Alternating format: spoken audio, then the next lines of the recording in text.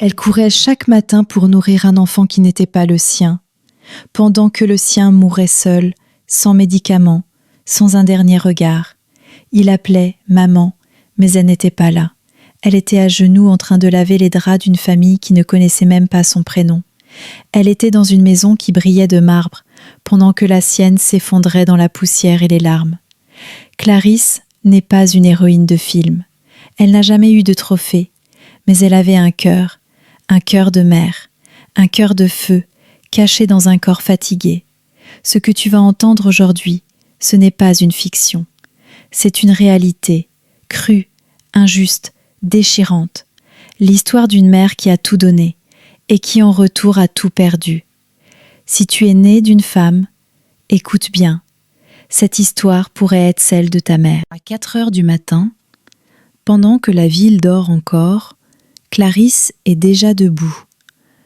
Pas réveillée par un réveil en or, ni par le chant des oiseaux. Réveillée par la pauvreté, par l'obligation de survivre, par la peur que demain soit pire qu'aujourd'hui. Elle ne se maquille pas, elle ne se prépare pas pour un rendez-vous. Elle enfile son pagne, attache ses cheveux en vitesse et regarde une dernière fois son fils, allongé à même le sol. Moïse, 7 ans, fiévreux, silencieux. Il n'a pas dormi de la nuit. Sa peau brûle, ses yeux sont lourds. Il n'a pas mangé, il n'a pas pleuré, il n'a plus la force. Clarisse approche une bassine d'eau, trempe un linge, le dépose doucement sur son front. Elle murmure une prière. Elle n'a ni argent, ni médicaments. Tout ce qu'elle peut lui laisser, c'est un peu d'eau tiède et un morceau de pain sec. Puis elle sort. Les rues sont vides, mais son cœur est plein de douleur, de doute, de culpabilité. Elle marche vite, elle traverse les quartiers, elle entre dans un monde qui n'est pas le sien, une maison bourgeoise, un portail qui grince, un salon climatisé. Là, elle devient la nounou. Elle devient invisible. Elle doit sourire, s'activer, être propre, polie. Le petit Julien, blond aux yeux clairs, l'attend. Elle lui prépare son biberon, elle nettoie ses jouets, elle lave ses habits. Elle chante pour lui, comme elle le faisait autrefois pour Moïse, quand il était bébé, et qu'elle espérait encore un avenir meilleur. Julien a tout. Des couches qui sentent bon, des peluches douces, une chambre peinte avec soin, un thermomètre électronique, une maman qui l'embrasse avant de partir au travail. Moïse, lui, n'a que la fièvre, un sol froid et une mère absente parce qu'obligée de survivre. Et pendant que Clarisse nourrit Julien, elle pense à Moïse. Est-il réveillé ? Est-il tombé ? A-t-il soif ? A-t-il peur ? Elle ne sait pas. Elle ne peut pas savoir. Elle est ici, pour que son fils ait une chance de vivre. Mais à quel prix ? Clarisse n'a jamais su faire semblant. Quand un enfant pleure, elle accourt. Quand un bébé a faim, ses mains agissent toutes seules, même quand ce bébé n'est pas le sien. Julien, l'enfant qu'elle garde, ne manque de rien. Il est doux, innocent, sans malice. Il tend les bras vers elle, il sourit quand elle arrive. Et Clarisse, elle répond, comme une mère. Elle le berce, lui murmure des chansons, elle lui donne le biberon, l'essuie quand il salit ses joues, elle rit parfois avec lui. Parce qu'elle ne sait pas être froide, parce que l'amour maternel en elle ne se commande pas. Mais à chaque instant, son cœur saigne. Chaque sourire qu'elle donne à Julien est une gifle silencieuse à sa propre maternité. Chaque bain chaud qu'elle lui offre est un rappel brutal du manque de Moïse. Elle le voit encore ce matin-là, tremblant sous une couverture trouée, sans rien dans le ventre, sans rien pour calmer la fièvre. Et pourtant, la vie lui demande de rester là, dans cette maison brillante, à s'occuper d'un enfant qui aura tout, pendant que le sien, quelque part, se bat contre la fièvre, seul, dans le silence. Parfois, Clarisse se déteste. Elle a honte. Honte d'aimer cet enfant. Honte de sourire alors qu'elle devrait pleurer. Honte d'être là pour un autre, pendant qu'elle n'est pas là pour Moïse. Mais que peut-elle faire ? Si elle part, elle perd tout, et son fils mourra encore plus vite.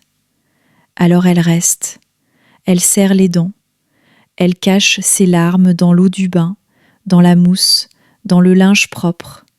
Chaque soir, elle rentre comme une voleuse. Elle déverrouille la porte avec le cœur battant. Elle prie intérieurement, « Seigneur, qui soit encore en vie ». Elle entre, il est là.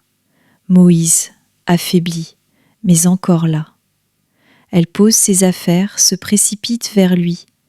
Elle le soulève, le lave, le borde, et elle s'endort, le regard fixé au plafond, se demandant si demain, ce sera la dernière fois. C'était un mercredi comme les autres, mais dans le cœur de Clarisse, il y avait une peur différente, une peur plus lourde.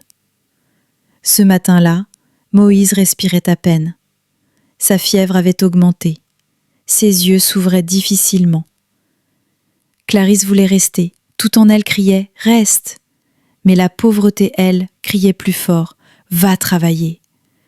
Elle a serré son enfant contre elle, un câlin long, désespéré. Puis, comme chaque jour, elle a confié Moïse à sa seule alliée, la voisine du couloir. « S'il te plaît, jette un œil sur lui, juste un œil. Appelle-moi si jamais. » Et elle est partie, les pieds lourds, l'âme en miettes.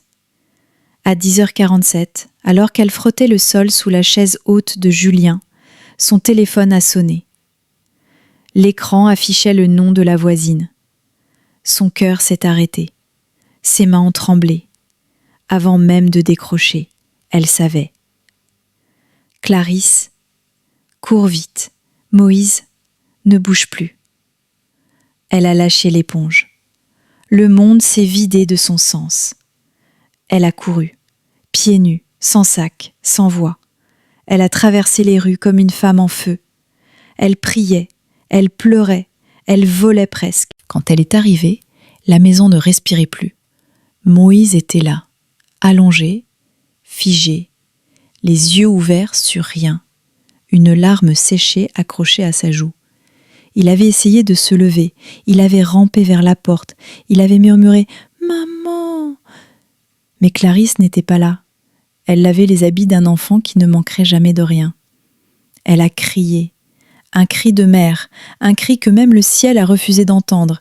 Elle l'a pris dans ses bras, elle a secoué son petit corps, elle a hurlé son nom, encore, encore, encore. Mais Moïse ne répondait plus, il était parti.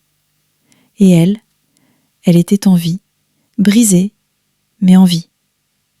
Ce jour-là, Clarisse n'a pas seulement perdu son fils, elle a perdu sa voix, elle a perdu son droit de se plaindre, elle a perdu sa place dans ce monde qui ne donne jamais rien aux femmes comme elle, sauf des blessures à cacher.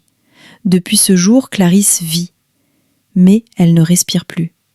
Elle se lève encore le matin, elle travaille encore, elle sourit encore parfois, mais au fond d'elle, tout est mort. Le monde n'a pas changé. Julien continue de grandir, de rire, de pleurer. Clarisse continue de nourrir, de laver, de le border. Mais elle le fait comme un fantôme. Chaque geste est une blessure.